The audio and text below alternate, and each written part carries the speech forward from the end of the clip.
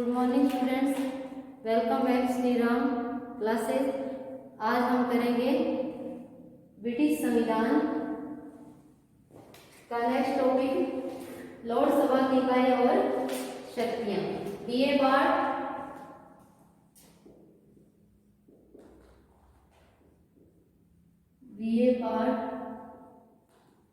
Second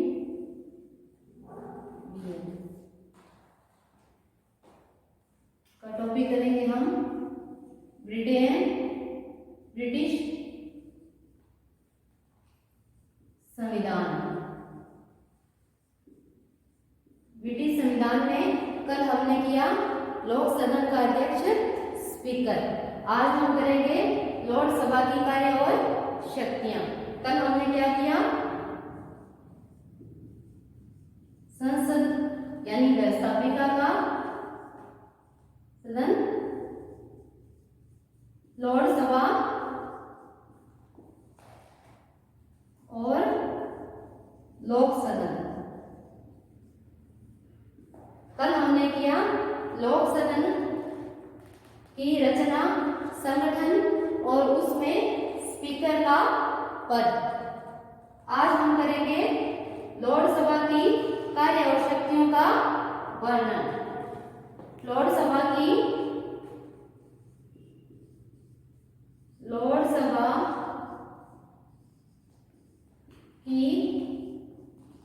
कार्य और शक्तियां।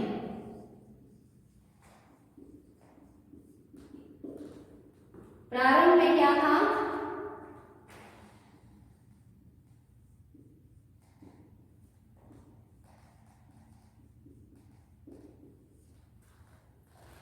यानी प्रारंभ में क्या था? लोकसभा और लोक सदन दोनों में से लोकसभा जब राजतंत्र था तब लोकसभा अधिक शक्तिशाली थी। लोकसभा को हम धनिकों की सभा भी कह देते हैं, कुलीन तंत्रीय संस्था भी कह देते हैं। इसका दूसरा नाम क्या है? कुलीन तंत्रीय संस्था।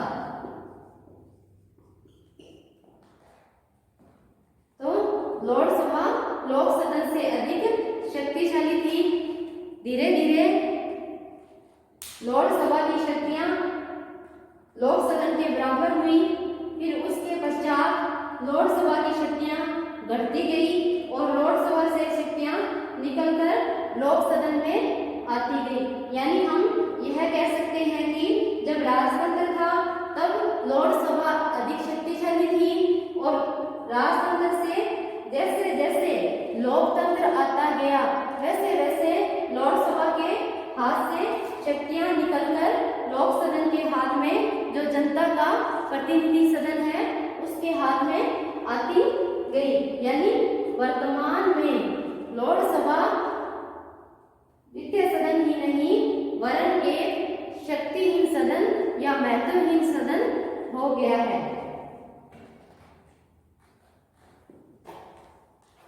अब आज हम करेंगे शुरुआत लोकसभा की कार्य और शक्तियां। लोकसभा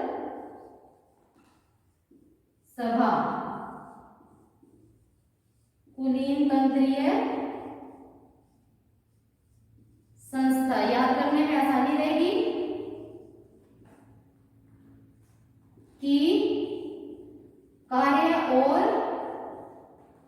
शक्तियां।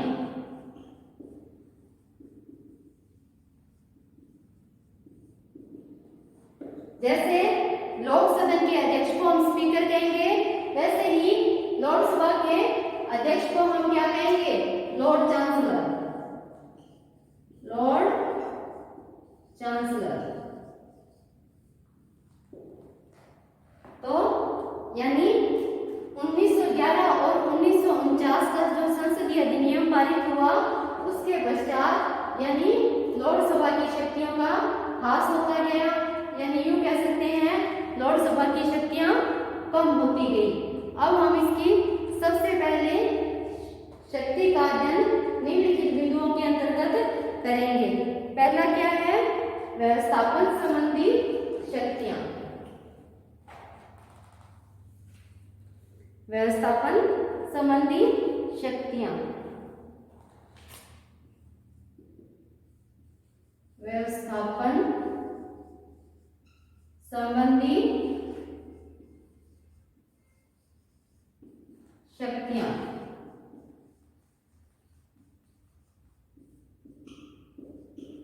व्यवस्थापिका यानी संसद, संसद यानी व्यवस्थापिका का कार्य क्या है? कानून निर्माण का कार्य करना। यह एक क्या है? कानून निर्मात्री संस्था है। यानी इस दृष्टि से लोकसभा लोक सदन की तुलना में कम शक्तिशाली है। लोकसभा की विधायी शक्तियां पहले सेम हो ही आएगा। विधायी शक्तियां क्या थी? लोक सदन के अधिक थी, धीरे धीरे लोक सदन के बराबर हुई और वर्तमान में ये शक्तियां लोक सदन की तुलना में कम होती गई। यानी वह विधेयकों को लंबे समय तक अपने पास नहीं रोक सकती। यानी लोकसभा कोई भी विधेयक है उसको लंबे समय तक अपने पास नहीं रोक सकती। 1911 और 1949 के संसदीय अधिनियम, ये ध्यान रखना, 1911 और 1949 का संसदीय अधिनियम,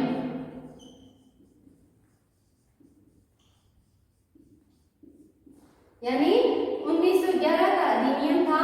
उसमें क्या था? कोई भी विधेयक को लोकसभा 2 वर्ष तक रख सकती है, लेकिन 1949 के संसदीय अधिनियम पारित होने के पश्चात यह निश्चय कर दिया गया कि कोई भी विधेयक को लोकसभा 1 वर्ष तक ही अपने पास रख सकती है।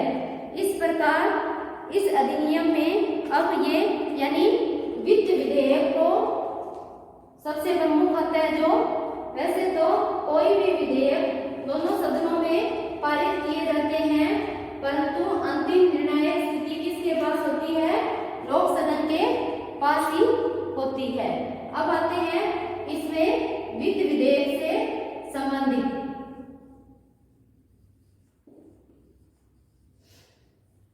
पहले क्या था? वित्त विधेयक को यानी 1 माह के लिए ही लोकसभा में रोक सकते थे, लेकिन वर्तमान में ये अनावश्यक देरी का ही कार्य करता है, क्योंकि वो उसमें वित्त विधेयक में लोकसभा कोई संशोधित नहीं कर सकती और उसे वैसे ही पारित माना जाएगा जैसे वो लोक सदन में प्रस्तुत किया गया है। और अब ये परंपरा बन चुकी है कि वित्त विधेयक लोक सदन में ही प्रस्तुत किया जाएगा। और साधारण विधेयकों के संबंध में भी इसकी स्थिति यही है। साधारण विधेयक, साधारण विधेयक के संबंध में भी लोकसभा की स्थिति यही है कि इसकी शक्तियां काफी कम हो गई है। साधारणतः विधेयक दोनों सदनों में प्रस्तुत किए जाते हैं। सामान्यतः महत्वपूर्ण विधेयक पहले लोक सदन में ही प्रस्तुत किए जाते हैं और उसके पश्चात लोकसभा में भेजे जाते हैं। और एक बार मैं दोबारा रिपीट कर देती हूँ, 1911 और 1949 के संसदीय अधिनियम के कारण इसकी व्यवस्थापन संबंधी शक्तियों में और भी कमी आ गई है। किसी भी विधेयक को पहले ये 2 वर्ष तक रोक सकता था, लेकिन अब ये 1 वर्ष तक ही रोकने का कार्य करेगा। परंतु अंतिम निर्णायक यानी महत्वपूर्ण स्थिति किसकी होती है?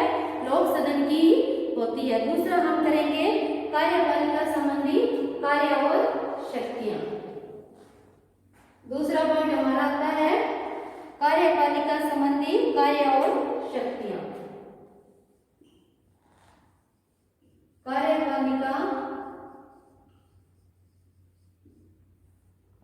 संबंधी कार्य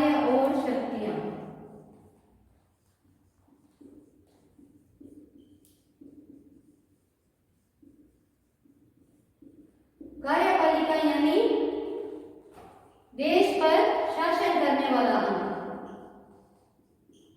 देश पर शासन करने वाला अंग।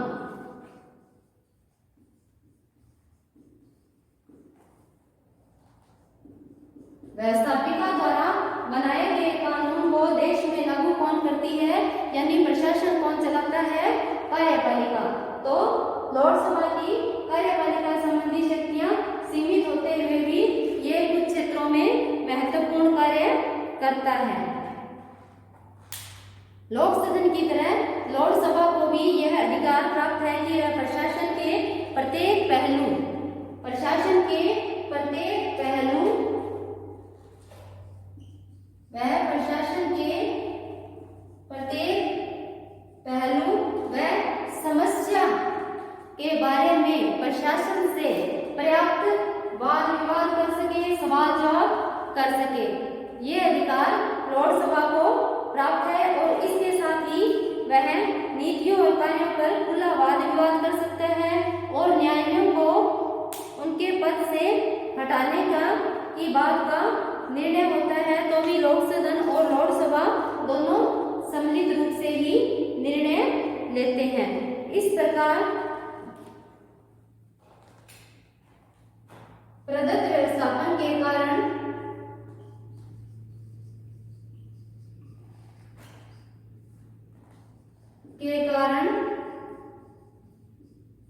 किसी प्रस्ताव के बारे में कोई भी कार्य कारण या सूचना प्राप्त करने का अधिकार लोकसभा को होता है। यानी प्रदत्त व्यवस्थापन में कार्यपालिका की शक्तियां यानी बढ़ोतरी होने के कारण कुछ शक्तियां व्यवस्थापिका को सौंप दी जाती है। इस संबंध में यह स्मरणीय है कि जैसे जैसे लोकसभा के न्यायिक कार्यों का महत्व बहुत कम हो गया और पीर बनाने से संबंधित विवादों पर भी लोकसभा द्वारा किया जाता है और 1948 के पश्चात यह बंद हो गया। अब आगे का पॉइंट हम करेंगे न्याय संबंधी शक्तियां।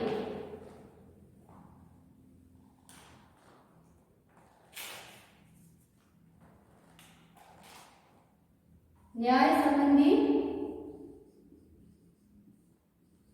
कार्य और शक्तियां।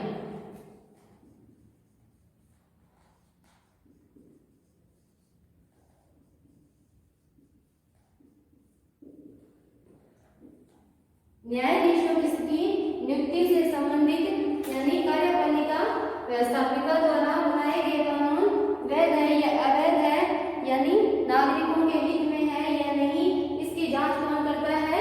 न्यायपालिका। अब हम आते हैं लोकसभा की न्याय संबंधी कार्य और शक्तियां। यानी न्यायाधीशों की नियुक्ति के संबंध में लोकसभा को पूछने का अधिकार है, वाद विवाद करने का अधिकार है, न्यायाधीशों के नाम प्रस्तावित करने का अधिकार है, लेकिन अंतिम निर्णायक स्थिति लोक सदन की ही होगी। साथ में ही इस संबंध में हम कह सकते हैं कि लोक सदन द्वारा प्रस्तुत महाभियोगों की सुनवाई यही करता है और न्याय संबंधी इसका दूसरा कार्य क्या है? अपील के न्यायालय के रूप में कार्य करना। यानी क्या है? ये किसी भी अधिनियम से संबंधित अपील कर सकता है। अपील से संबंधित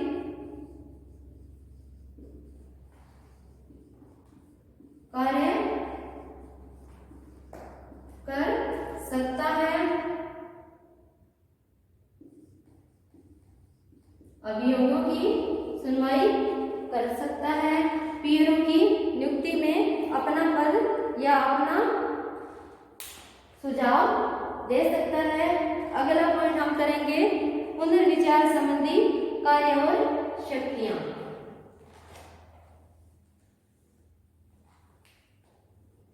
पुनर्विचार संबंधी कार्य और शक्तियां।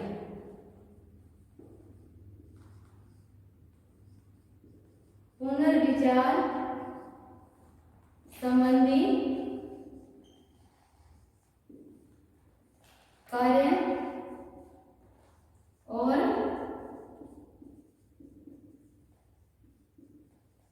शक्तियां। ऐसा माना जाता है कि 2 सदन होंगे तो कोई भी विधेयक पर अगर एक सदन में कुछ बातें छूट जाती है तो दूसरे सदन में उस पर पर्याप्त विचार विमर्श द्वारा उसमें क्या है यानी कमियों को निकाल कर उसमें संशोधन कर दिया जाता है। तो 2 सदन होने से क्या है त्रुटियां होने की संभावना कम रहती है। लोक सदन के पास समय कम होने के कारण अधिकांश विधेयकों को विचार विमर्श के लिए वो लोकसभा में भेज देता है। वहाँ के अनुभव प्राप्त और विशेषज्ञ व्यक्तियों द्वारा उन पर पर्याप्त विचार विमर्श कर उनको वापस लोक सदन में भेज दिया जाता है। और लोकसभा की व्यवहारिक उपयोगिता को स्पष्ट करते हुए राइटर ओ वर्जिंग ने लिखा है कि ब्रिटेन में कानून बनाने में वैसा कोई प्रतिबंध नहीं है जैसा कि कठोर संविधान वाले देशों में होता है। आगे का पॉइंट हम करेंगे संवैधानिक संरक्षक संबंधी कार्य और शक्तियां। संवैधानिक संरक्षक संबंधी कार्य और शक्तियां।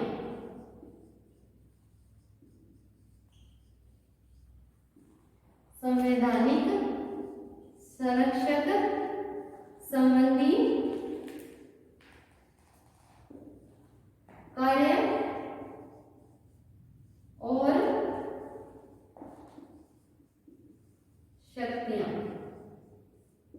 अगर जल्दबाजी में कोई विधेयक लोक सदन से पारित हो जाए जिसमें त्रुटियां रह जाए तो लोकसभा उसमें यानी संशोधन का अपना प्रस्ताव रख सकती है और इसके साथ ही यानी अपनी नीतियों को संतुलित करती है।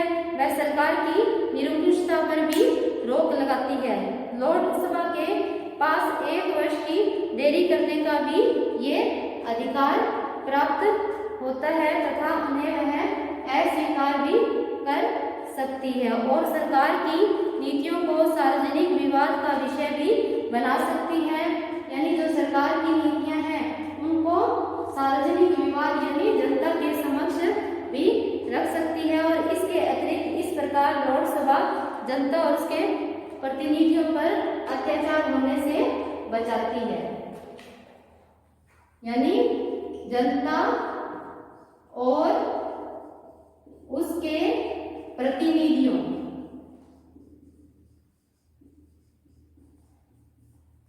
पर अत्याचार होने से रोकने का कार्य करती है। इससे अगला पॉइंट हम करेंगे सहायक संस्था के रूप में कार्य और शक्तियां। सहायक संस्था के रूप में कार्य और शक्तियां। सहायक संस्था के रूप में कार्य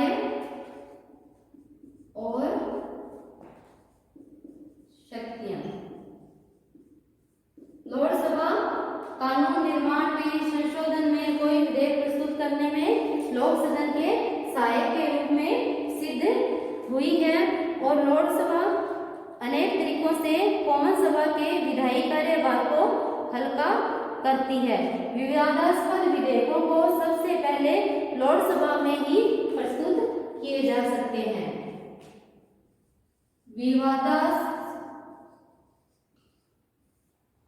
विधेयकों को सबसे पहले लोकसभा में ही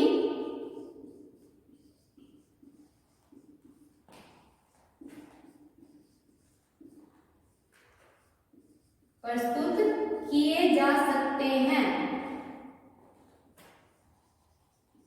किए जा सकते हैं ताकि लोकसभा में समय की कमी नहीं होती और वो किसी विधेयक पर पूर्ण रूप से वाद विवाद द्वारा उस पर अपनी राय रख सकता है। और इसके साथ ही प्रदत्त व्यवस्थापन और अस्थायी आदेशों और पुष्टिकरण विधेयक और विशेष प्रक्रिया आदेशों पर भी लोकसभा विचार विमर्श कर सकती है। इसका आगे का पॉइंट हम करेंगे विद्वत्तापूर्ण कार्य।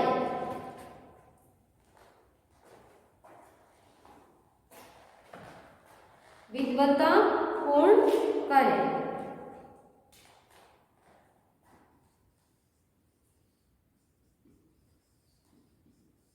पूर्ण कार्य। इस क्षेत्र में भी लोकसभा की कार्य और शक्तियां महत्वपूर्ण हो जाती है।